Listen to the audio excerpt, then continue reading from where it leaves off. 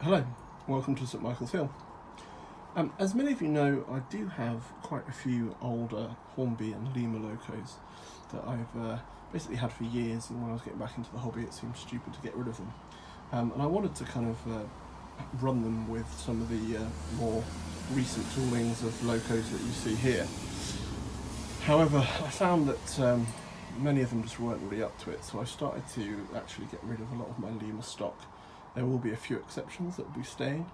My Great Western Class 47, the Class 33 that I've worked on in a previous project, and also the Class 60 that's in shot here.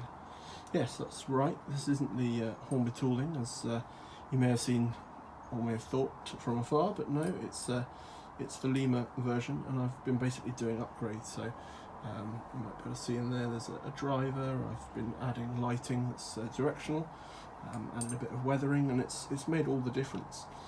I've also made it DCC by hardwiring in a decoder, and this video is basically going to be a quick kind of run through of what I've done and how I've done it.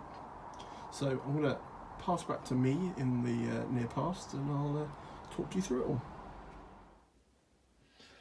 So let me talk a little bit about the model first, and also what I'm going to look to do with it. Generally, the Lima Class 60 is one of their better models in my opinion, which gives us a good base to work from.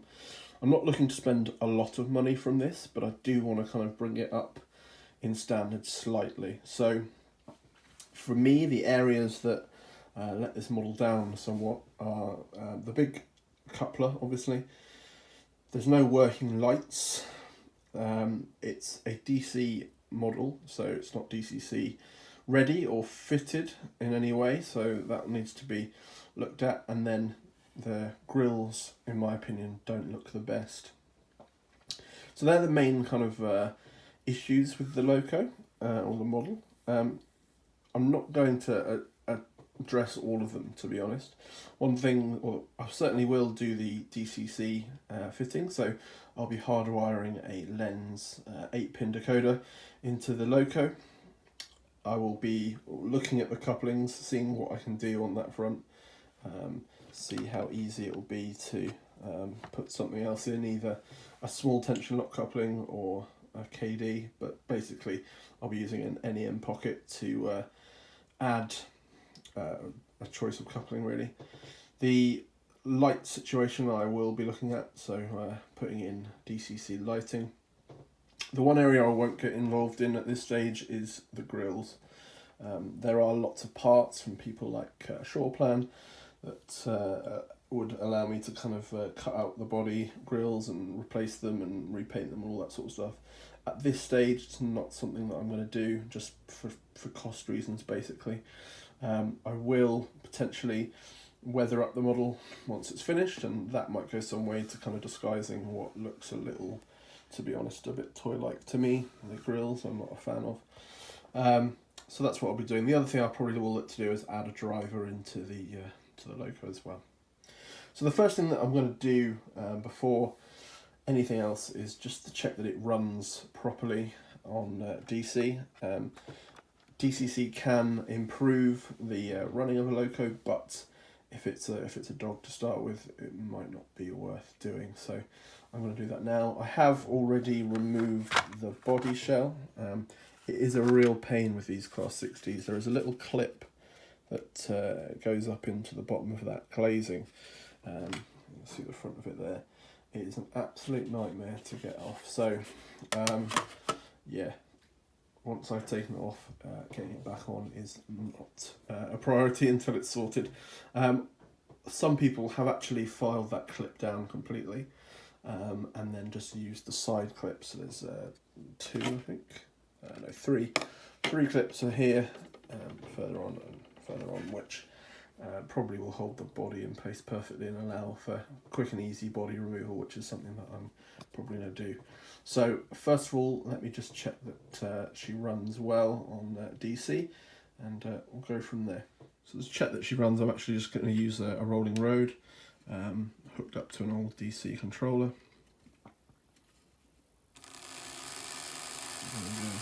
Interestingly, the controller's kind of set fairly high to like 70 or 65, 70 before it starts running at all.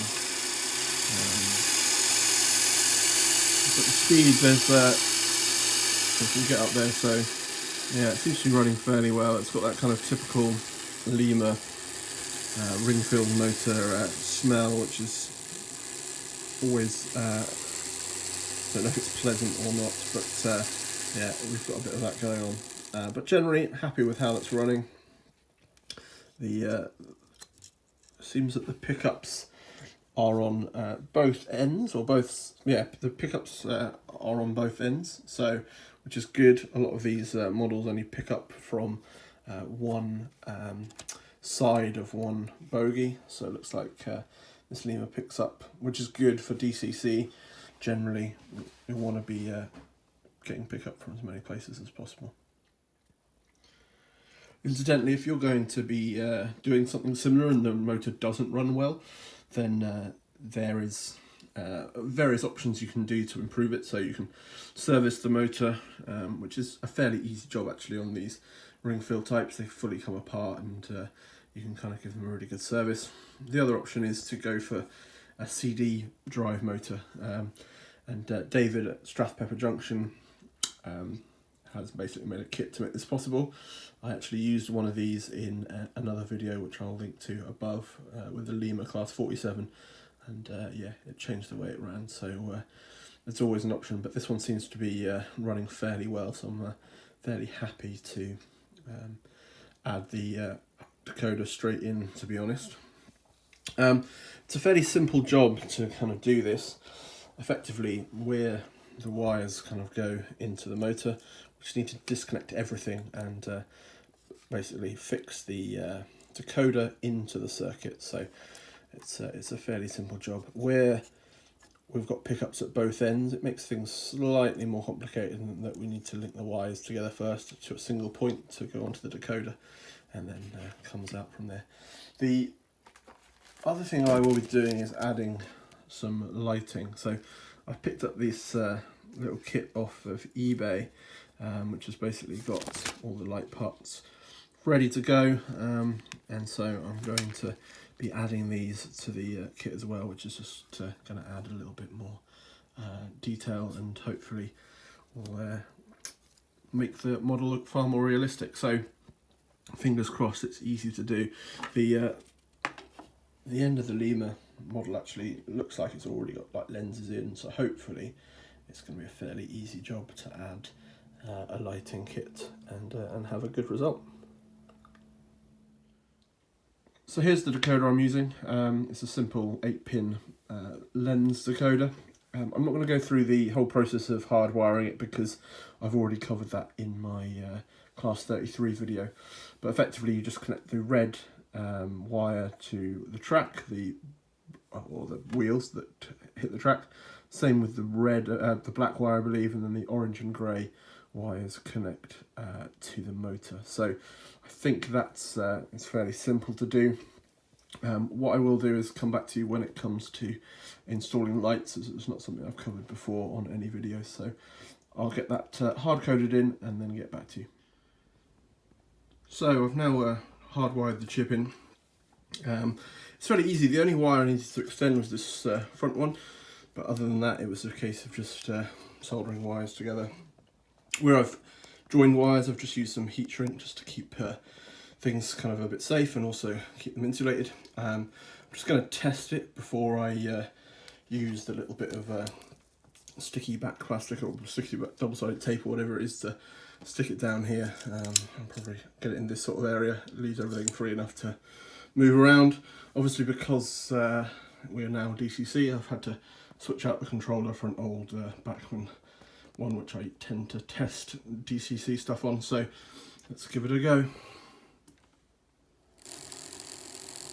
There we go.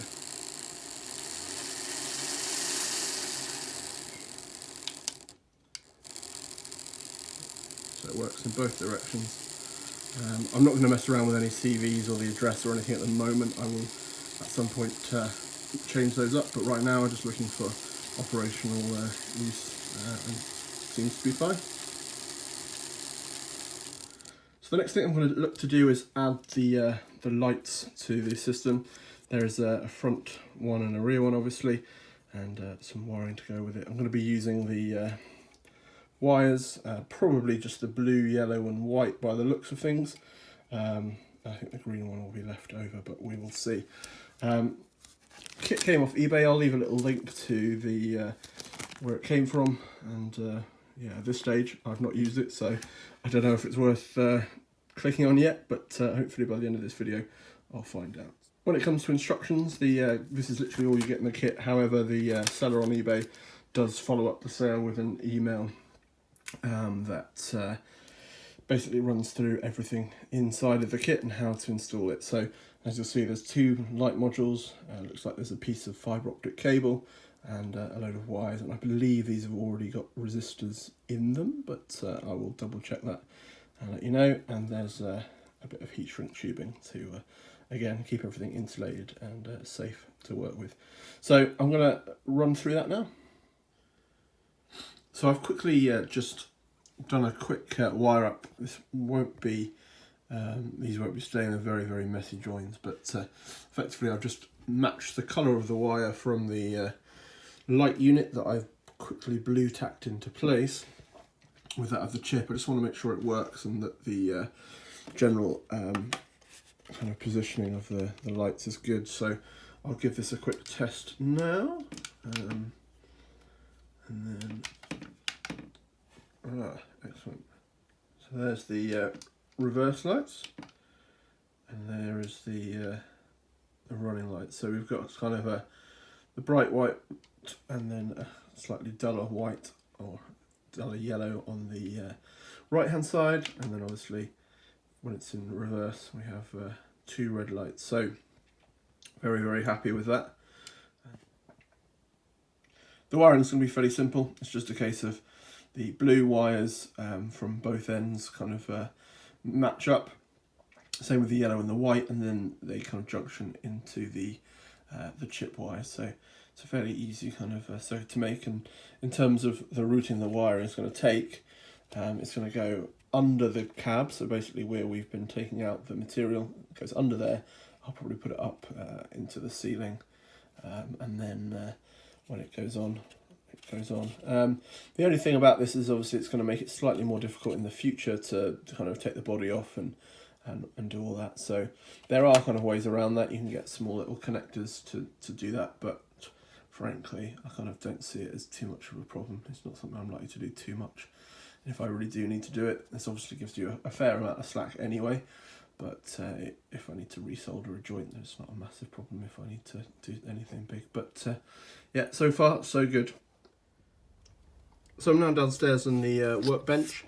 There are a couple of modifications we need to make both to the cab sections and to the chassis to allow all this to fit. The first of these is quite simple, just to basically remove the little nubs on the side. Effectively what's going to happen in the end is that these cab sections, instead of being attached to the chassis, are actually going to be attached to the body shell. So we're going to have to remove these, make a couple of adjustments, and then I'm going to paint them up and fit the driver to that end now, because I'm not sure once they go back in how easy they're going to be to remove. So I'm going to get all that done and I'll be back with you. So using a razor saw, I'm going to remove these lugs here, which is something I obviously said would help anyway with the bodywork. And then on the cab section here, I'm going to remove a section that basically comes out here, and that's to allow the lighting unit to basically sit where all that is at the moment, so in that sort of space there. So I have done it at the other end, so basically cut this down. It just needs a little bit of a file down still, and then the cab I've cut away there. I was going to try and cut a little bit further up, but I think that's probably more like what we need. So yeah, I'll do basically a dry fit of that, and then I'll get it all painted up and a driver inserted. The other thing I did do is, as I said, remove the lugs from the side, so that's all been done. So I've given the cab interior a little coat of paint. I've not done anything special really. just a bit of kind of dry brushing across areas where dirt might be picked up, and then also some kind of brown for the seats. Nothing too special. I just need to tidy up the dials a little bit, but I'll get that done, and then I'll be on to kind of cutting the grooves out that need to come out for the lighting tafoon. So I've now fitted the second lighting group. I haven't yet soldered it into place, but yeah, I'm just using a little bit of blue tack. It's probably better if you use something like black tack, but I just don't have any around, and to be honest, it's not going to be something that moves too much. The next thing to do is to get the newly painted cab ends, one of which needs a driver fitted that will go up at the number 1 end. I need to get those in place, and yeah, then the model can go back together and be tested, and then I'm going to do some of the cosmetic bits to it. So work on the couplings, which, as you can see, they're just massive. It's just not needed really. So I need to kind of come up with a solution for that. So the first step of kind of tying all these last little bits together is actually to unsolder the test loops and then solder everything up together before it gets attached. So it's going to be a case of soldering the blue, yellow and white wires together respectively, and create kind of a little single loop down to where the chip is. I need to put the cab interiors back in, secure those in place, and then make sure the wiring basically comes across the top and is basically out of the way. And once that's done, I'll be ready to kind of solder up to the chip and then do a test and see how it goes. When it comes to fitting a driver, I'm probably going to use this little chap. He's probably, yeah, as you can see, doesn't fit quite as snugly as he should, so he's probably going to have to lose his legs in a tragic accident with a razor saw, but yeah, it's probably a good kind of figure to work with. It's got a little kind of hard hat on already, so I probably will end up keeping that side of things, repainting his uniform a little bit, and go from there. If I probably paint him into an orange, just to kind of keep in mind what he probably would have been working with, and yeah, should look okay, and certainly better than not having anyone in there at all. So I'll do that now, and yeah, I'll show you how I've fitted the cabs in position once that's done. So the first coat of paint has gone onto the driver. It's obviously very rough at this stage, trying to cover up some of that green, but we'll add some more dry brushing effects and all that sort of stuff to try and make it a little bit more realistic as well to the body. Sorry, to the face. I'm just trying to add a little bit of contouring as well. So hopefully, when you see it finalised, it'll be a lot better looking than this. So at this stage, I'm very simply just soldering the wires together, the blue to the blue, white to white, and yellow to yellow, and then I will attach them to the same wires that are coming from the chip. And at that point, I'll obviously use some heat shrink just to kind of keep things insulated. These wires are all going to be fairly close to each other, so they will need to be insulated. It's not just a case of best practice. If not, they'll be touching, and it's not going to be a good idea for the lighting. So I'm almost there. I just need to do this last yellow wire now, and then I will run it on my rolling road again just to see if it's working in both directions. And if it is, then I just need to finish up the figure, get it into the cab, and go from there. So I've now connected up both ends with light modules. The cab interior is not yet in this end, still waiting for the figure to dry, and I haven't yet activated the heat shrink just because I wanted to test everything before I do that. But yeah, here we are. So the first thing I want to do is just check that the loco is still running. Seems good. Okay, and then let's look at the lights. So let's have a look. So let's just see how the lighting is working, or if it's working.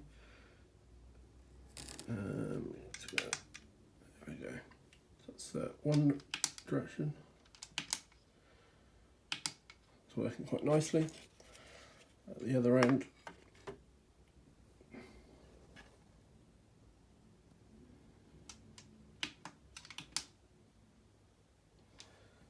you can see that one of them is working fine, but the other one not so much.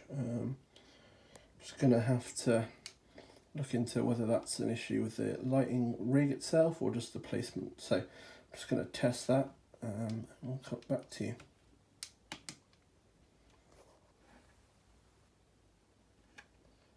So there we go, that seems to be fixed now. Just a slightly loose connection, I think, just kind of giving it a wiggle and it seems to be okay. So yeah, it seems to be all good.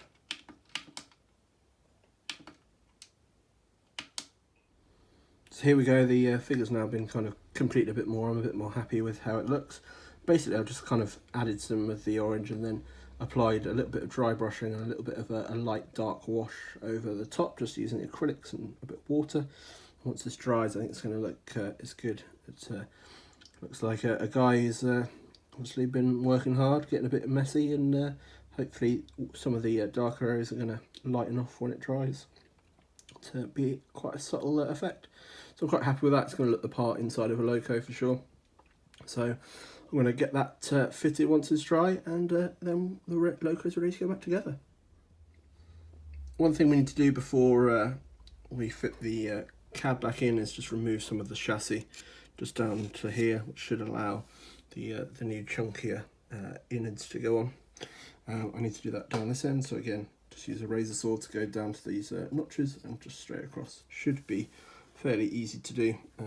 So yeah, just repeat what's going on there, and then hopefully it'll all fit back together. So I'm just giving everything a test now that it's completely wired up. The lighting rigs are kind of gently held in place, but as you can see, it seems to be working fine. I have actually removed the coupling from the front of the loco. That's probably, well, that's not really a case of modifying one. I've just removed it. I'm only going to have a coupling on one end of this because it's an old Lima one. It's unlikely to be used for anything other than pulling a full train. So that's just going to be one coupling on the back, which I'll look at in a minute. So the next thing I want to do is just have a test with the cab interiors fitted. I've had a bit of trouble getting those in and everything working, so I've actually filed a bit more down and taken even more off the sides here, but hopefully now that's all going to be in place, and then once that's done, I will get onto the coupling and a little bit of weathering. So here we go, the loco is now back together and on the track. As you can see, the lights, that's the reverse, and then there's the forward. I'm very happy with how it's gone together. Also happy with how the driver's looking. We'll get down here, we'll have a look at him in his cab. So yeah, very pleased about that all together. So here's a closer look at the coupling on this Lima 60. What I can certainly do is remove the snow plough, so I'll do that now. Just comes away underneath, if I can get to it. There we go. So that comes off. I've removed the buffers as well, just to kind of give me a little bit more space and to have a look. So here is what we're generally looking at. The big D here needs to be removed. What I might end up doing is just removing it as far as this line to start with, and then hopefully I'll be able to file down this ridge just here and then fit the NEM pocket on this plastic piece just there that's pretty flat. So that's what I'm going to aim to do. Take this down, take off the sides, and then file this section down so it's all flat. And then I'll be able to use some plastic weld or some polystyrene cement or something like that to basically mould the NEM pocket into place. Hopefully that works. But yeah, I'll do that now and I'll get back to you. The next thing I want to do is some basic weathering. So first thing I will do is give the whole loco a coat of matte varnish, just to allow for some powders and things to take hold. I have masked up the windows with a bit of maskol and the lights here with a little bit of masking tape. I'm just going to trim that edge off there, but the rest of the loco will be given a good going over with some matte varnish. And then I'll apply some powders and some light airbrushing. So I'm weathering using this as a bit of a guide. Now obviously it's not the same loco and I'm not going to go as heavy as this, but certainly for the roof detail I'm going to weather up to kind of this sort of level, and then when it comes to the sides I'll go a little bit less. There'll still be some of this streaking and obviously this lower frame kind of grime, but it's not going to be quite as bad as this, but the roof is going to look very similar. You can see this kind of black streaks all around here and around the horns, around the exhaust up here, and the grills have been kind of darkened a little bit. So that's the sort of thing I'm going to be going for. I'm starting by using some powders, and we'll go from there. So I started already on the exhaust and the grills. I'll work them in and then use the airbrush to kind of tie it all together at the end. So I've applied the weathering now. As you can see, it's fairly light up this end where there's kind of a lot of grills. It looks a bit heavier, and then at the front, like I said, it's a little bit heavier again around the top where the horns are. Quite generally pretty pleased with how it's looking, to be honest. So I'm going to wait for that to dry, and then just need another coat of matte varnish just to seal everything in. Because I've used powders, it's probably a good idea to do that. On this other side I've kind of gone for again, similar feel, but a bit of a stain coming down across the bodywork here, but yeah, generally pretty pleased with how it's looking. It's quite come up pretty nicely. In regards to the coupling, I've basically filed this down to create a pretty flat surface that hopefully a NEM pocket is going to fit onto. I don't actually have any NEM pockets at the moment, so I've got a few of those on order, but that's by measuring up with a few that I have or have on other stock. I'm pretty sure it'll fit in that gap. It's kind of a fairly big gap. If it needs to come down a little bit more, it can, but it's certainly going to look a lot better than what was there before. So I'm pretty happy with it. I will probably leave it there, to be honest. So as a recap, we've converted it from DC running to DCC and added lighting, and then I've fitted a driver. I've given it a quick weathering, and I've amended the couplings on the front, and I think overall it's a lot more of a realistic look. I'm probably going to add a little bit of gloss, kind of black, onto the buffers to kind of give it that bit of oily look, but other than that I'm pretty happy with the weathering and how it's going to look. So I'm probably going to leave it there for today. I'll leave you with a few shots of it running and a few of the other locos in the fleet, and I look forward to seeing you again very soon on St Michael's Hill. Thanks, goodbye.